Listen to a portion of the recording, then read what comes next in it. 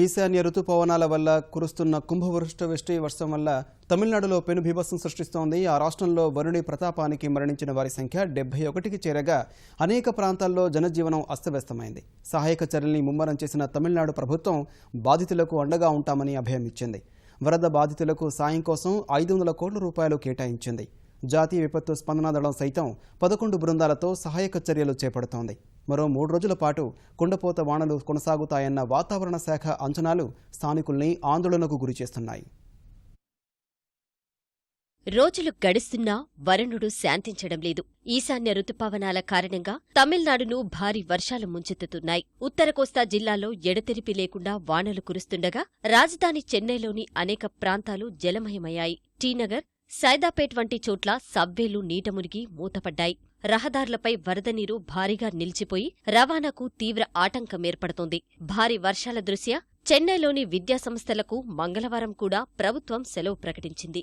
ఈ 2 రోజుల్లో జరగాల్సిన అన్ని పరీక్షల్ని మద్రాసు, అన్నా విశ్వవిద్యాలయాలు సహా పలు యూనివర్సిటీలు వాయిదా వేశాయి.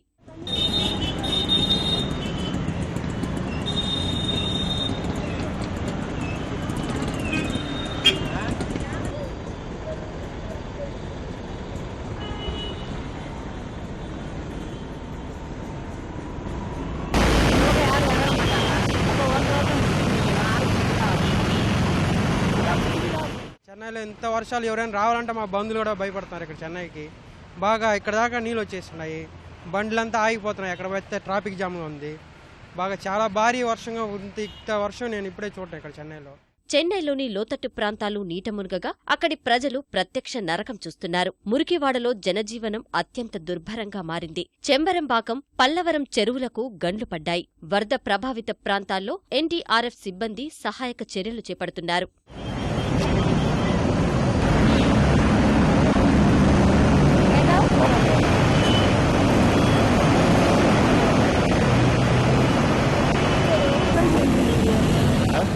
చెన్నై వాసులకు తాగునీటి సరఫరాకు ఉద్దేశించిన జలాశయాలు భారీ వర్షాల కారణంగా జలకల సంతరించుకున్నాయి. ఇటీవల ఎన్నడూ లేని రీతిలో చెంబరంబాకంలోని జలాశయంలో నీటిమట్టం దాదాపు పూర్తి స్థాయి సామర్థ్యాన్ని చేరుకోగా కొంత నీటిని అడాయార్ నదిలో విడుదల చేస్తున్నారు. తమిళనాడులోని ఇతర ఉత్తర కోస్తా జిల్లాల్లోనూ భారీ వర్షాల ప్రభావం కొనసాగుతోంది. నాగపట్నంలో వందలాది ఎకరాల వరి పంట దెబ్బతినగా 10,000 మందికి పైగా మత్స్యకారులు వరుసగా 4వ రోజు వేటకు వెళ్లలేదు. భారీ వర్షాలు రైళ్ల రాకపోకలపైన ప్రభావం చూపాయి. ఎడతెరిపి లేని వానల కారణంగా కొన్ని రైళ్లను రద్దు చేసిన దక్షిణ రైల్వే మరికొన్నిటిని దారి మళ్లిస్తుంది.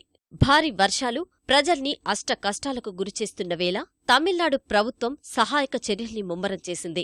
లోతట్టు ప్రాంతవాసుల్ని సురక్షిత ప్రదేశాలకు తరలిస్తోంది. ఎక్కడికక్కడ పునరావాస శిబిరాలు ఏర్పాటు చేసి వరుణుడి ఆగ్రహానికి సర్వం కోల్పోయిన వారికి ఆహారం, వైద్యం అందిస్తోంది. కొన్ని చోట్ల భారీ మోటార్ల సాయంతో వరద నీటిని తోడేందుకు యత్నిస్తోంది.